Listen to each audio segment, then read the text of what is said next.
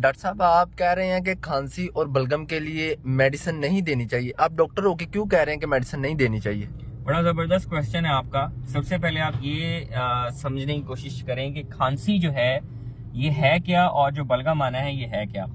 کھانسی ایک protective mechanism ہے، ایک حفاظتی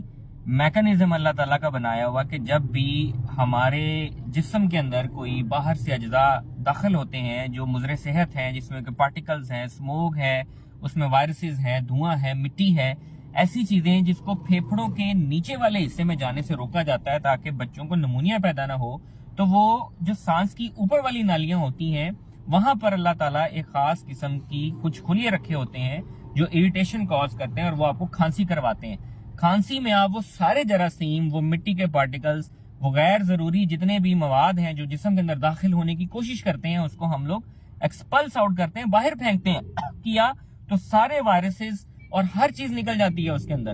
اور اسی طرح بلغم ہے کہ ہمارا جو ناک ہے، جب ناک سے کوئی چیز، یہ ہمارے کھلے راستے ہیں، جب ناک سے کوئی چیز داخل ہونے کی کوشش کرتے ہیں، اسی طرح وائرسز وغیرہ اور ڈیفرنٹ پارٹیکلز، تو ناک کے پاس ایسی چیز ہے جس طرح آپ نے دیکھا ہوگا کہ چوہے پکڑنے کے لیے وہ نیچے ایک گلو سے لگا دیتے ہیں، اور جب چوہا اس کے اوپر بیٹھتا ہے تو وہ چپک جاتا ہے۔ اسی طرح پارٹیکلز، وائرسز، بیکٹیریا جب ناک میں بلغم پیدا ہوتی ہے تو اس میں اکٹھے ہو جاتے ہیں، اور جب آپ کرتے ہیں تو ساری بلغم کے ذریعے جو ہے وہ سارے جراثیم باہر آ جاتے ہیں اور وہ آپ کے جسم میں داخل ہونے سے بچ جاتے ہیں اور آپ کو مزید کوئی مسئلہ نہیں ہوتا۔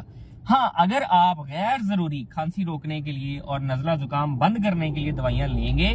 تو ان بیکٹیریا اور وائرسز کے پاس یہ موقع زیادہ مل جاتا ہے ان کو کہ وہ آپ کے جسم میں داخل ہو سکتے ہیں۔ تو اس لیے اگر کھانسی بہت شدت کی ہے اور بلغم اور ناک کا بہنا بہت شدت کا ہے تو ڈاکٹر سے رجوع کر کے پھر آپ نے دوائی لینی ہے۔ اگر آپ ہر نزلے زکام اور کھانسی کے لیے دوائی لینے چلے جاتے ہیں تو اس سے میں آپ کو ضرور منع کروں گا۔ بہت شکریہ۔ تھینک یو ڈاکٹر صاحب۔